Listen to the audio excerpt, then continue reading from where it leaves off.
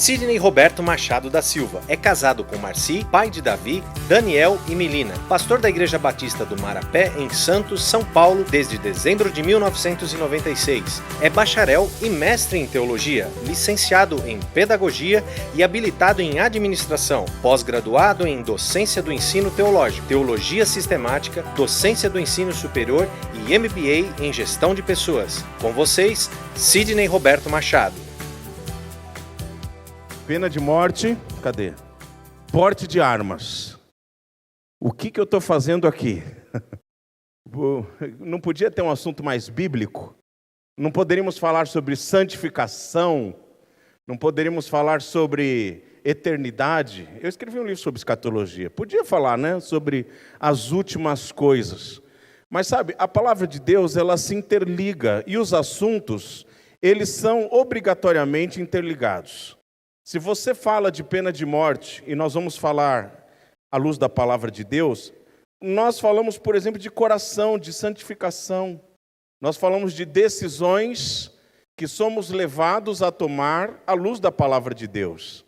Então, quando nós abordamos assuntos como este, e eu quero dizer já o porquê é importante, nós precisamos olhar pelo ponto de vista bíblico. Eu não sou advogado, talvez tenhamos vários aqui. Nós não vamos discutir pena de morte, porte de armas, à luz das nossas leis, que existem. E a palavra de Deus, inclusive, é um dos aspectos que nós podemos tratar, diz que nós precisamos ser submissos a ela. Mas o nosso intuito nesta noite é, como povo de Deus, como pessoas que vivem a realidade do Evangelho, podem e devem encarar assuntos tão pertinentes. Por que assuntos pertinentes? Porque talvez você não seja chamado oficialmente para participar de uma roda de debate sobre estes assuntos. Mas, vez por outra, você é levado a pensar nesses aspectos. E como um crente em Cristo Jesus, você precisa ter o quê? Uma opinião formada. Além do que, a pena de morte, ela é tão clara e tão clara em nossas vidas que, eu diria, faz parte de você. Vou fazer uma pergunta muito séria. Qual foi a última vez que você desejou matar alguém? E se levar ao pé da letra do Novo Testamento, de que se você intentar no seu coração e na sua mente isso você já fez, quer dizer, esse assunto se refere a você também. Como dizia Eugene Peterson, autor que faleceu ano passado, diversos livros traduzidos para o português, perguntaram certa vez para ele se ele já havia pensado em alguma vez divorciar-se da sua esposa. Ele falou, divórcio nunca. Matar muitas vezes. Então, essa questão de pena de morte, ela faz parte, gente, das nossas vidas, tá bom? Tem muita história acerca da pena de morte. E é importante a gente rever um pouquinho sobre como, no decorrer da história, se aplicou. A gente sempre tem, na história, um ponto de partida que é o Egito. Porque o Egito é uma das civilizações antigas que se deu a conhecer, deixou provas, rastros na história. Então, nós temos muito de Egito a conhecer. E no Egito, por exemplo, a pena de morte, ela sempre foi vigente. Ela sempre foi vigente. Mas eu uso o Egito para falar, na verdade, de todas as antigas civilizações. Inclusive as civilizações presentes na palavra de Deus. Todas estas civilizações, elas tinham a pena de morte como algo normal e natural para a vida, Não tinham cadeia como nós temos. A cadeia, por exemplo, nos tempos bíblicos, ela existia, tanto que o apóstolo Paulo, por exemplo, foi preso várias vezes. Mas a cadeia era um local de passagem, não era uma hospedaria ad eternum. O indivíduo, ele era levado à cadeia até que fosse julgado, e julgado ele seria ou absolvido ou condenado à morte. Então o apóstolo Paulo, quando ele está preso, é mais uma coisa legal para a gente guardar na cabeça. Quando o apóstolo Paulo está preso, ele tem em mente, eu estou esperando o julgamento. E como ele era um cidadão romano, e isso era um apelo máximo no Império Romano, o cidadão romano, ele não podia ser morto sumariamente, ele tinha que passar por um julgamento, e um julgamento bem feito. Então o apóstolo Paulo, quando estava preso, na cabeça dele, eu não sei se isso melhora ou piora, ele tinha certeza, ou daqui eu saio liberto, não devendo nada ao Império Romano, ou eu saio daqui morto. Então, na cultura antiga, era exatamente isso que acontecia. E, é claro, eu sei que os irmãos conhecem muito bem, já ouviram falar, pelo menos aqueles que trabalham muito com a questão das leis, o Código de Hammurabi. Hammurabi, da época do Império da Mesopotâmia, ele, na verdade, que idealizou e começou o Império Babilônico, ele criou o código legal mais extenso, mais completo e, por incrível que pareça, milhares de anos depois, é o código vigente no mundo de hoje. Os países como o nosso costumam mergulhar, na verdade, naquilo que eles aprenderam lá atrás, a partir deste código de Hammurabi, feito 2000 anos antes de Cristo. E o código de Hammurabi, ele era muito sim, sim, não, não. Olha, se você cometeu assassinato, qual é sua pena? Morte. Se você é um espião de um outro povo, qual é a sua pena? Morte. Se você cometeu um estupro, não pense que terá outro destino que não a morte. Se você cometeu adultério, morte. Se você tornou-se um homossexual, alguma prática homossexual, morte. Corrupção, morte. Oh, meu Deus, resolveria tanta coisa. E a política no sentido de apostasia, também, se você deixou o Deus ou o conjunto de deuses do seu povo, no caso babilônicos, morte também. Se você se converteu, morte. Agora, por que eu falo do código de Hammurabi? Por quê, gente? Antes de falar do código de Hammurabi, por quê, né?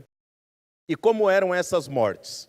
Você não tinha como escolher, dependia de onde você estivesse preso e julgado. Porque em alguns lugares, olha, eu quero ser crucificado, mas a gente não tem cruz aqui. Tá bom, então vamos escolher uma morte boa para você. Você podia ser morto por asfixia, você podia ser morto crucificado, esmagamento. Gente, essa de esmagamento, eu li uma que eu... Sabe que na Indonésia tem pena de morte até hoje, né? E ainda hoje, eu nunca ouvi falar, gente. Eu nunca vi uma cena dessa. Acho que eu espero não ver. E também não faça bullying comigo depois.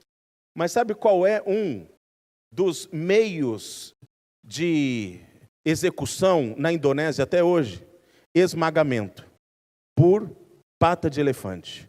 Põe a cabeça no indivíduo no chão e o elefante pisa na cabeça. Então, eu falo que não façam bullying comigo porque, enfim... Mas esmagamento é uma ideia, decapitação, desmembramento, né? Você ir tirando os membros do corpo do indivíduo, afogamento, cadeira elétrica, câmara de gás, forca, seja lá, você tem muitas alternativas até os dias de hoje. Gente, são 80 países ao redor do mundo que ainda hoje praticam pena de morte. Desde países que nós sabemos, esses países vivem numa outra era, Coreia do Norte, Irã, Paquistão, Afeganistão, mas você tem países de primeiro mundo, como os Estados Unidos, e ainda em casos muito exclusivos, o Japão, que é um país de primeiro mundo, né? Então, nós temos uma gama muito grande. Agora, por que eu falei do Código de Hammurabi? Porque, inclusive, a palavra de Deus e a legislação do Antigo Testamento, a lei mosaica, elas estão fundamentadas no Código de Hammurabi. Não é que Deus colou, é porque era, na verdade, queridos, como eu disse no início, comum a todos os povos a pena de morte.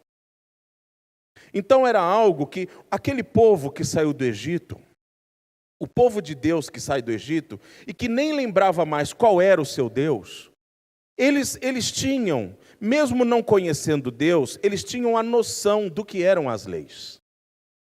Eles conheciam as leis egípcias.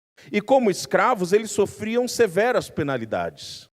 E a lei egípcia por si, ela era oriunda do Código de Hammurabi.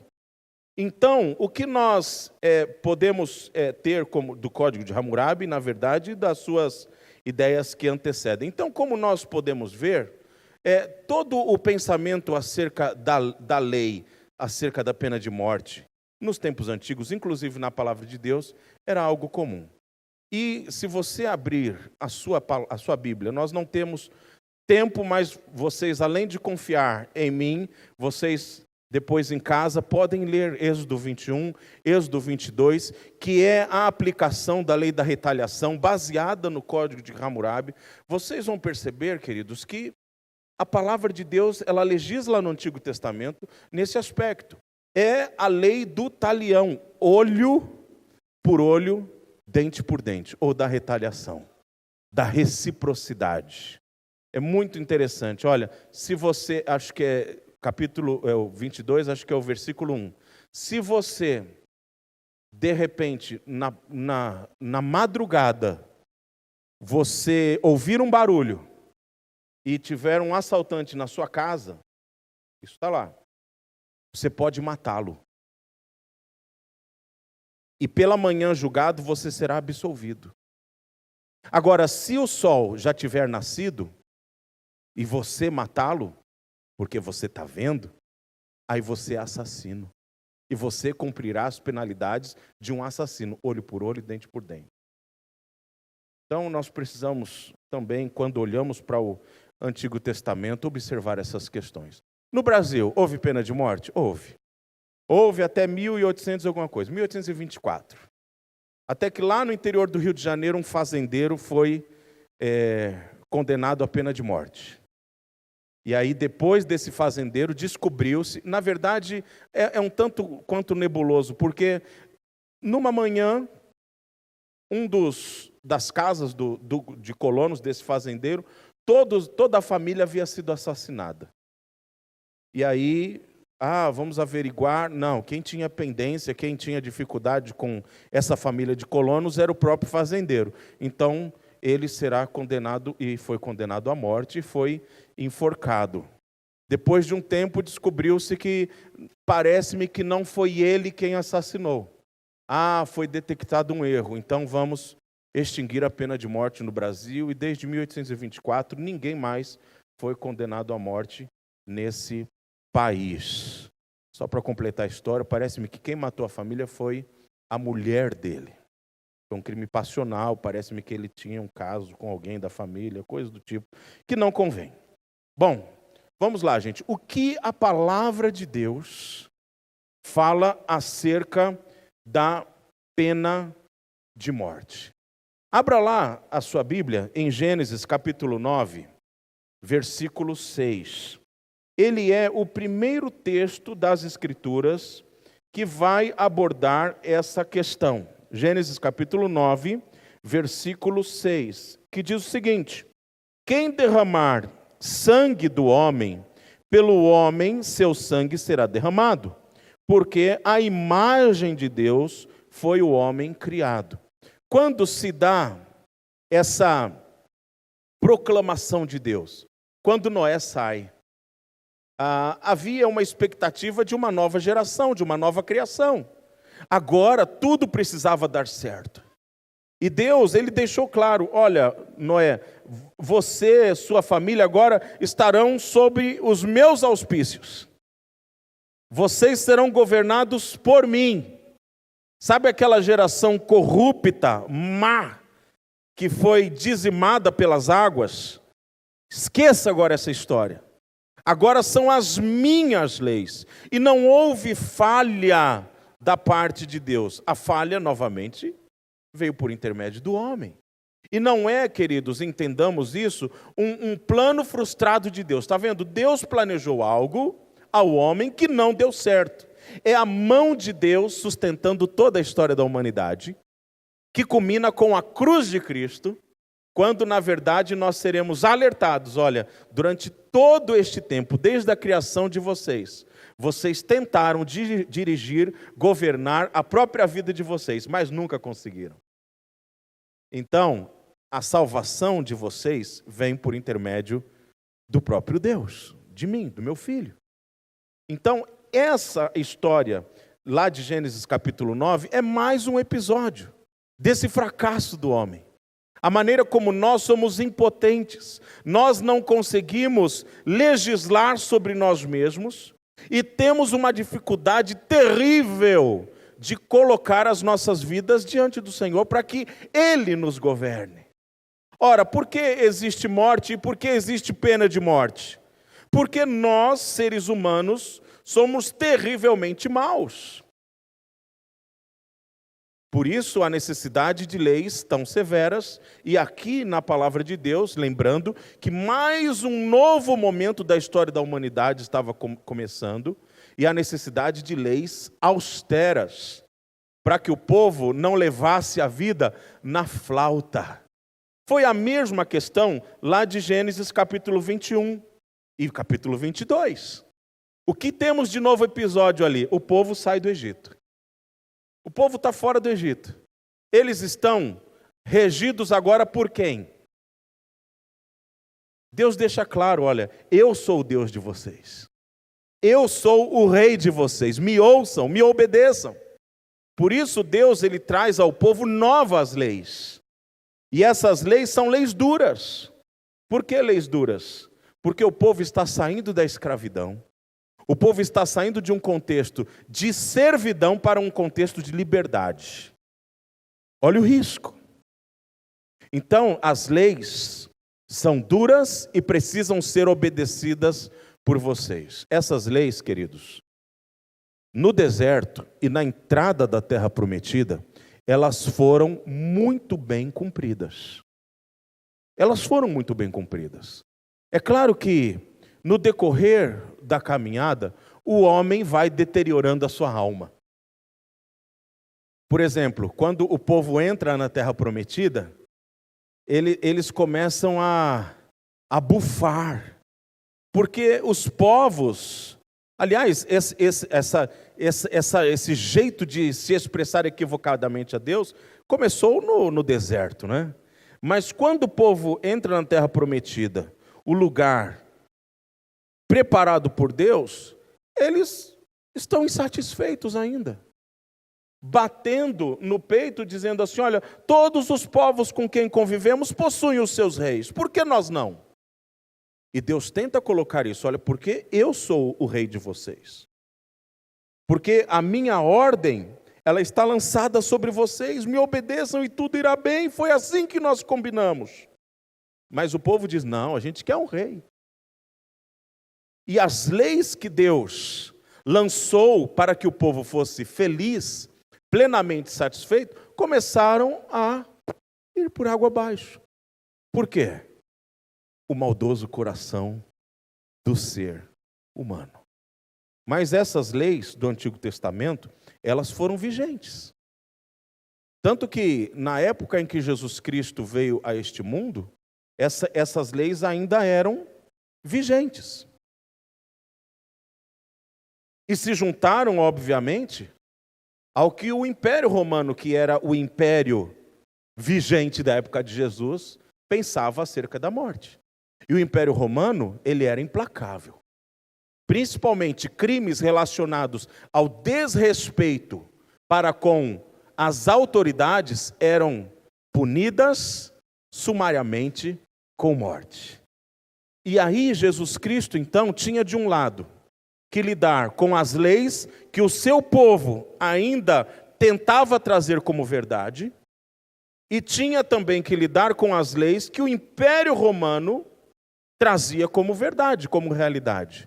Aí nós temos uma passagem no Novo Testamento que ela é crucial para a gente discutir essa questão da pena de morte. Jesus Cristo, ele não está agradando muitas pessoas. Aliás, viver a verdade traz essas dificuldades. E Jesus Cristo, pela maneira como ele portava, olha, quem beber da minha água jamais terá sede. Eu sou, por diversas vezes repetindo isso ao povo, os fariseus estavam por aqui com Jesus. No fim de uma discussão, Jesus, no fim da tarde, era final da festa dos tabernáculos, Jesus sobe ao Monte das Oliveiras. Logo pela manhã ele volta e vai para um dos pátios do templo, provavelmente o pátio dos gentios, que era onde todo tipo de gente podia se assentar e ouvir os rabis. No caso de Jesus, um mestre da lei. E Jesus começa a falar novamente dele, como Salvador. E os fariseus então chegam com uma mulher. Mestre. Eles estão tirando uma casquinha de Jesus. Mestre. Jesus não era mestre deles. Essa mulher aqui foi pega em adultério. A lei diz o quê? A lei dos judeus. Que ela deve ser apedrejada. Era pena de morte para o adultério. Mas havia ali uma falta de complemento. Porque a lei completa, ela diz que o casal pego em adultério deveria ser apedrejado. E eles só aparecem com a mulher. Mas mesmo assim, a metade do crime estava ali. E agora, o que você vai fazer? E Jesus estava escrevendo. Sabe que a tradição, isso é tradição, não tem no Novo Testamento, não está escrito. Mas a tradição diz que Jesus começa com a vara a escrever os 10 mandamentos no chão. E com certeza, escrevendo os 10 mandamentos, se a tradição é verdadeira, escreveu inclusive lá, não matarás. E Jesus novamente está lá, curvado, escrevendo. E aí, um dos textos diz que ele escreveu uma vez, outro texto diz que ele escreveu 2, mas isso é uma questão de prisma apenas, a mesma história. E aí Jesus, ele para, e a resposta de Jesus àqueles homens, resposta de sabedoria foi: se você não tem pecado, então atire você a primeira pedra. E a palavra de Deus diz que um a um aqueles homens foram deixando as suas pedras e seguiram o seu caminho. Se a gente parar para pensar um pouquinho, a armadilha que Jesus tinha nas mãos, gente, terrível. Porque, segundo a lei, aquela mulher deveria ser apedrejada, junto com o homem. Mas ela deveria ser apedrejada. E se Jesus dissesse, libertem essa mulher, ele estaria infringindo uma lei dos judeus e seria levado a julgamento pelos judeus. E se Jesus, por outro lado, dissesse assim, a lei diz matar, então mate essa mulher, ele estaria infringindo uma lei romana. Sabe por quê? Porque as autoridades judaicas da época não tinham direito de condenar ninguém à morte. A morte só podia ser outorgada por cidadãos do Império Romano, por autoridades romanas. Então Jesus ficou numa saia justa, numa calça justa, seja o que for, numa sinuca de bico. Jesus ficou numa situação difícil, porque se ele diz mata, ele fica mal com os romanos. Se ele diz absolve, ele fica mal com os judeus. Agora, para que você não entenda assim, mas Jesus foi muito inteligente nessa. Com certeza foi muito inteligente. Mas isso, gente, demonstra a perspectiva do Novo Testamento em relação à pena de morte. É uma releitura de Deus. Eu sei que esse termo releitura na história é muito complexo e complicado, mas é uma releitura de Deus acerca dos crimes passivos de pena de morte. Porque a palavra de Deus, ela vai nos informar que nós, como seres humanos, nós não temos esse direito de tirar a vida de quem quer que seja. A começar lá de Gênesis capítulo 9, que é um texto anterior à lei que nós lemos. Por quê? Porque o texto diz que a vida pertence a Deus. A vida pertence a Deus.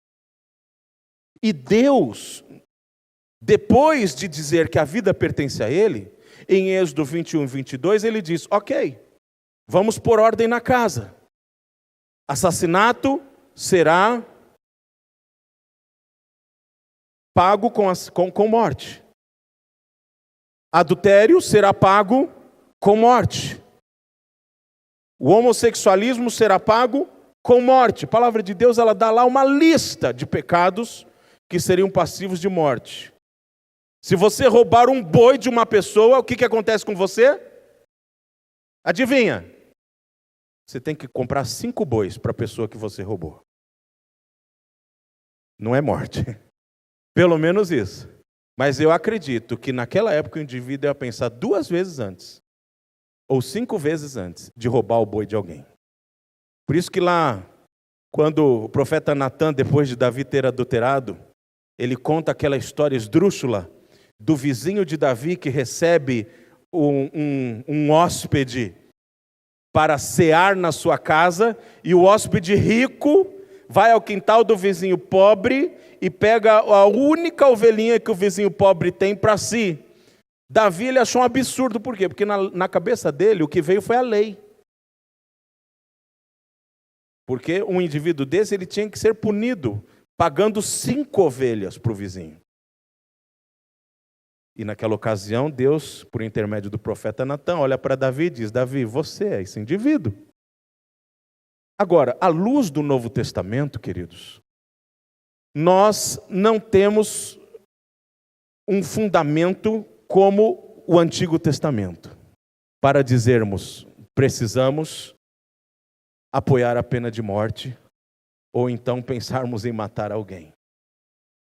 Mas eu confesso que algumas considerações nós precisamos ter antes de nos encaminharmos para as nossas convicções.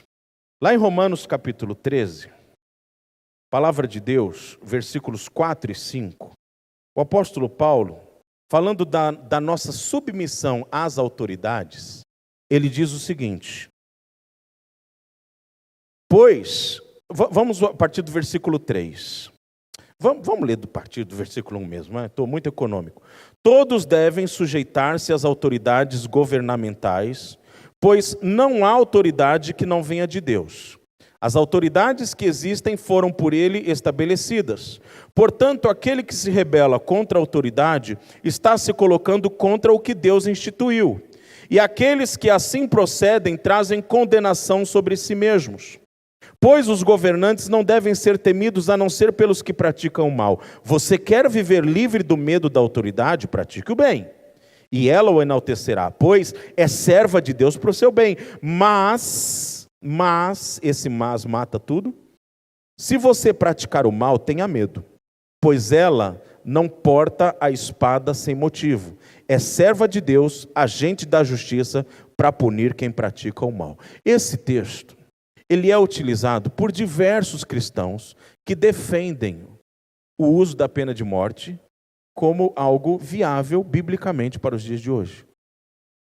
Ele é o texto mais contundente que nós teríamos para falar acerca da pena de morte. A grande questão é que o texto ele não está falando da pena de morte em si. O texto está falando da nossa obediência às autoridades. E quando ele fala da morte à luz da espada, ele está se referindo ao nosso descumprimento, à submissão, obediência à autoridade. Que, por exemplo, na nossa legislação hoje cabe o seguinte: olha, se você, infelizmente, pisar na bola, você está sujeito às penalidades das leis brasileiras. Você pode ser preso, você pode ser punido de uma outra maneira. Ele não está simplesmente defendendo a questão da pena de morte, mas usando o contexto da época onde havia pena de morte e onde o fio da espada era temido como a regra a ser observada naquela época. Ou seja, queridos, nós não temos. Eu sei que há muita discordância, eu já li diversos autores, e há muita discordância acerca da pena de morte, inclusive no meio evangélico, inclusive no meio brasileiro. Mas isso não é novo. Isso não é novo. Tá? Século XVII, já ouviram falar da Confissão de Fé de Westminster? Por exemplo, a Igreja Presbiteriana ela tem, além da palavra de Deus, não no mesmo nível, tá bom, gente? Não é esse aspecto, mas eles têm como documentos da igreja as suas confissões. A Confissão de Fé de Westminster, ela tem 2 capítulos que falam a favor da pena de morte. Tá bom? Então, isso tudo para a gente pensar que no meio evangélico, desde a época da Reforma Protestante, houve sim um referendo acerca da pena de morte. Os grandes reformadores, eles eram favoráveis à pena de morte, como algo normal que poderia ser praticado no entendimento deles, principalmente os de tradição reformada. Por quê? Porque você tem meios de se interpretar a palavra de Deus, que na teologia nós chamamos de economias. E uma dessas economias se chama aliancismo. Por exemplo, a igreja presbiteriana é, no seu bojo, aliancista.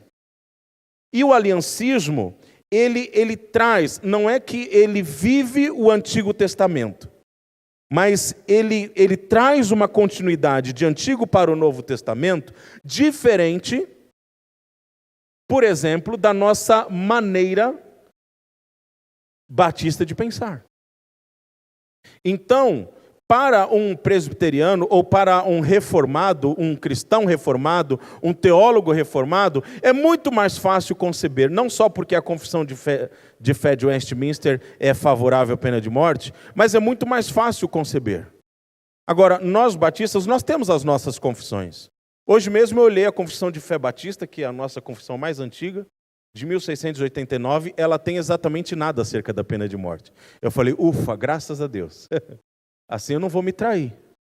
Mas nós nunca tivemos algo que nos apoiasse a pensar na pena de morte como algo viável, a não ser o nosso espírito.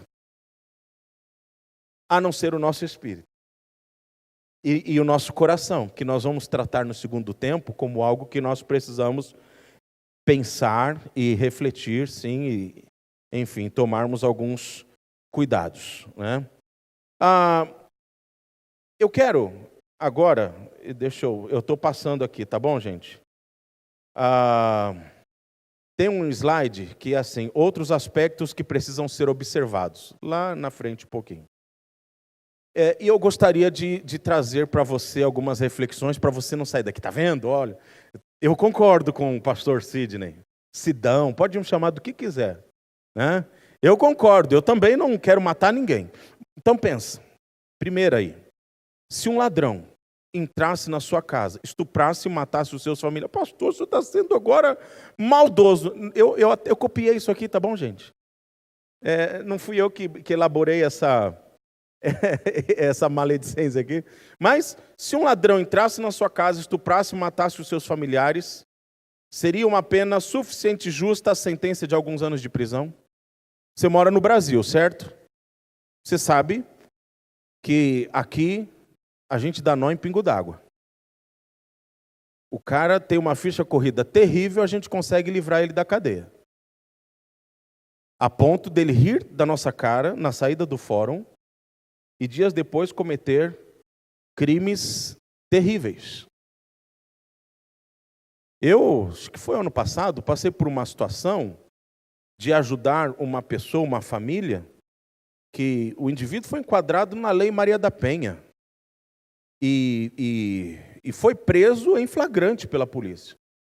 Aquele protocolo, apanhou na cadeia, aquela coisa toda. 6 dias depois, o alvará de soltura. Está aqui o seu alvará, você tem acho que 24 horas para comparecer ao fórum. O ponto de ônibus é ali na frente, e o motorista do ônibus sabe que você pode ir de graça dentro do ônibus. Eu não sabia de nada disso. E aí o indivíduo chega, e claro, é o pastor que é o pastor, é a ambulância, o pastor é a viatura, o pastor é várias coisas. E aí, tá bom, o que aconteceu? Mas por que você está solto? Não sei. Vamos ligar para o seu advogado. O advogado fala, você foi solto? Você foi solto. Então, tudo é possível. Alguns, muito crentes, diriam, foi Deus.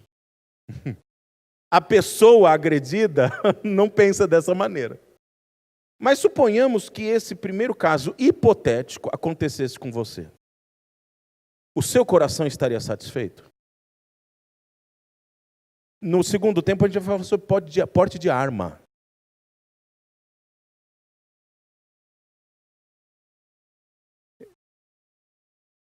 Eu quero que você pense um pouquinho. Ah, mas Deus disse que eu tenho que dar outra face. Esse contexto do Sermão do Monte, ele não é encaixado aqui. Ah, então, pastor, vamos ficar no meio termo? Vamos criar leis mais rigorosas. A gente sabe, um cidadão brasileiro, ele pode ser condenado a quanto tempo de cadeia? O máximo. Ele pode ser condenado a 150 anos, se a justiça quiser. Mas ele, no máximo, poderá cumprir 30 anos. Não, 30 é o que diria a lei pura. Mas há os penduricários. Tem o bom comportamento, tem a progressão de pena, tem tudo isso. Que, de repente, num curtíssimo espaço de tempo, aquele cara que estuprou e matou a sua filha dentro da sua casa, está pegando o ônibus junto com você. Eu não estou querendo trazer justiça aos nossos poros. Mas o que eu estou querendo dizer, queridos, que esse assunto, ele é muito complexo. E o que eu tenho pensado para mim, e aí eu quero expor a minha opinião. Porque o que eu olho, e a gente vai ver já aqui, eu olho no Novo Testamento, eu olho perdão, eu olho misericórdia, eu olho benevolência, porque é fruto do Espírito e é o que Jesus Cristo quer nos encharcar. Mas eu olho também na palavra de Deus todo um cuidado para que a pessoa seja penalizada e os erros sejam pagos. E isso não é Antigo Testamento, é o Novo Testamento, mesmo que não com a morte. Mas aí eu diria que, tá bom, já que a gente é contra a pena de morte, então nós precisamos fazer voz para que as leis deste país sejam mais drásticas no seu cumprimento. As penas. Mas, pastor, está comprovado que cadeia não conserta ninguém. Muito menos deixar alguém que respira sangue solto. Reflexão. Aceitando que o Estado, ponto 2, como autoridade é instituído por Deus, e que ele é portador de espada, isto é, instrumento de pena de morte, pois é ministro de Deus, vingador para castigar o que pratica o mal, a gente está falando do contexto do apóstolo Paulo, ele não se torna injusto ao negar-se executar a pena capital sobre os que a merecem. Por exemplo, um país que eu diria mais próximo de nós, porque está dentro da nossa cultura ocidental e que nós conhecemos razoavelmente bem, Estados Unidos. Se eu não me engano, dos 50 países, mais da metade ainda tem pena de morte. Se eu não me engano, 13 apenas aboliram a pena de morte. Se eu não me engano isso. Mas não se mata tanto nos Estados Unidos não, tá bom? Por ano, quantos vocês acham que são assassinados, executados com pena de morte nos Estados Unidos? Varia, claro, de ano para ano. Mas quantos você acha que morrem no ano?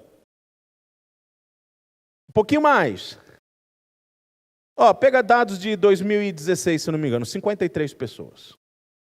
Diferente da China, que não existe uma estatística divulgada, mas alguns dizem que na China executa-se por volta de 10 mil chineses por ano, com pena de morte. E ainda, bom, lá é assim, né? O negócio é, escreveu, não leu, o pau comeu, né? Mas nos Estados Unidos, que a gente sempre tem como um parâmetro para essa questão de pena de morte, a gente percebe, gente, olha, não é tão exorbitante esse número. Mas isso aí está comprovado também. Isso não diminui a criminalidade em lugar nenhum. Ora, o estado do Texas, até a década de 80, se não me engano, a pena de morte ela ia e voltava. A pena de morte e o porte de armas diminuem em 45% o número de mortes por assassinato no estado do Texas. E quem promulga as leis naquele país terrível de pena de morte? Bom, basta dizer que ainda hoje 35% da população americana é batista. E mais 15% são de outras denominações. Então você tem uma maioria evangélica protestante que criou e que continua legislando debaixo dessas leis. Que Bíblia que eles usam? Que teologia é a deles? Aliás, é a nossa. Eu no seminário dou aula de teologia sistemática, o livro base é do Wayne Grudem, que é um dos maiores teólogos contemporâneos dos Estados Unidos. Qual é a diferença? A diferença é o ponto de vista. Envolve muito a questão cultural. Envolve o contexto histórico da nação. Mas eles sempre se referem às Escrituras como ponto de partida deles. O que eu estou colocando tudo isso? Para que nós tenhamos o privilégio da dúvida. No sentido de que nós não podemos simplesmente bater o martelo e falar assim, tá bom, eu sou contra a pena de morte. Porque você talvez já tenha vivenciado situações difíceis dentro do seu contexto familiar. Ou talvez em pensar nessas questões você vá realmente ficar um pouco perturbado.